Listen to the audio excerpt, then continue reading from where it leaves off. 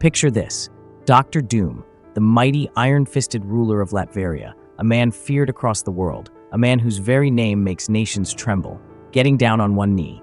Yes, Victor Von Doom, in all his armored glory, proposing. And before you think, wow, that's kind of romantic, let's set the stage properly. Because under that very bed, hiding like a man who just made the worst life choices imaginable, is none other than Johnny Storm, the Human Torch himself. Why? Oh, because he was just with Zora a few minutes ago. But Zora? Oh, she doesn't flinch, doesn't hesitate, doesn't so much as blink. She looks Doom straight in the eye and says, yes. And Doom? Blissfully, tragically clueless. He is thrilled. So thrilled, in fact, that in a moment of absolute uncharacteristic glee, he does something utterly ridiculous. He invites Reed Richards to be his best man. Yes, Reed Richards, his arch-nemesis. The Fantastic Four get invitations too, and at first, they scoff. Absolutely not, they say. We'd rather fight Galactus in our pajamas.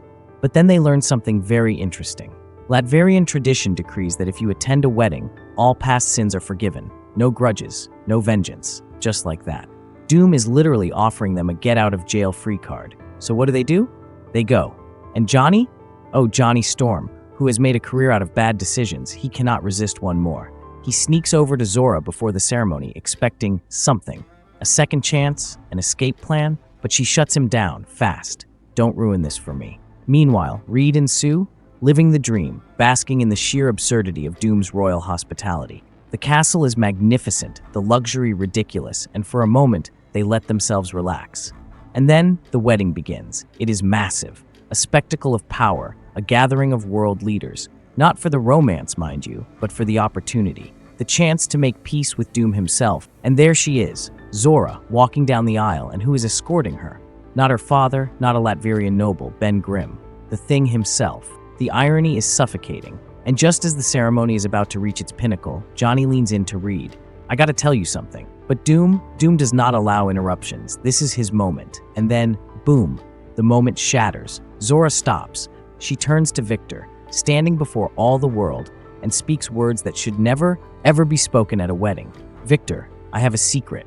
And then in front of everyone, the world leaders, the Fantastic Four, Doom himself, she announces it.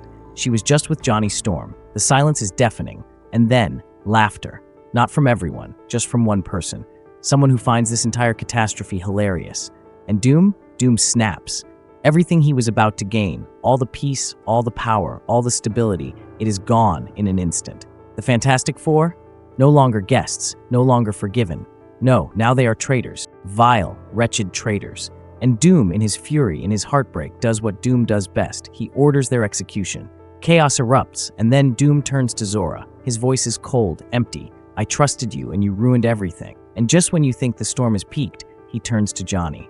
Oh, Johnny. Poor, impulsive, doomed Johnny. Doom doesn't just attack him. No, he does something far worse. He unleashes a blast of cosmic energy, overloading Johnny's powers. The heat rises. It builds. Johnny is about to literally explode. And Doom, he smiles. He steps forward, and with the cruelty of a king delivering a sentence, he whispers, "This is my gift to you." Johnny begs, pleads. But Doom relishes this. You will be the true Human Torch, an eternal flame that can never die.